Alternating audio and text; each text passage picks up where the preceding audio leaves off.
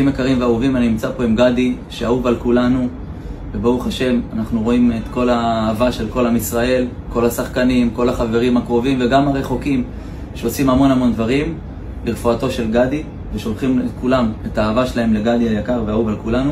אנחנו מבקשים פה, גם אני וגם גדי נמצאים פה, אנחנו יודעים, גדי הוא איש אמונה, ואנחנו יודעים את זה כולנו, אנחנו יהודים.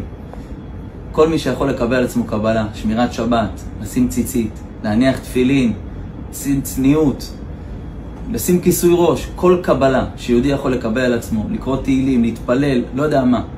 אנחנו יודעים שהכוח הכי גדול. יש רופאים בעולם, אבל הרופא כל בשר ומפליל לעשות נמצא בשמיים, והוא הרופא האמיתי. אנחנו מאמינים בניסים, ויודעים שבעזרת השם, עם הכוח של עם ישראל, גדי יוצא מפה בריא ושלם וחזק, וכל הסיפור הזה יהיה רק סיפור של הודיה וקידוש השם הכי גדול בעולם.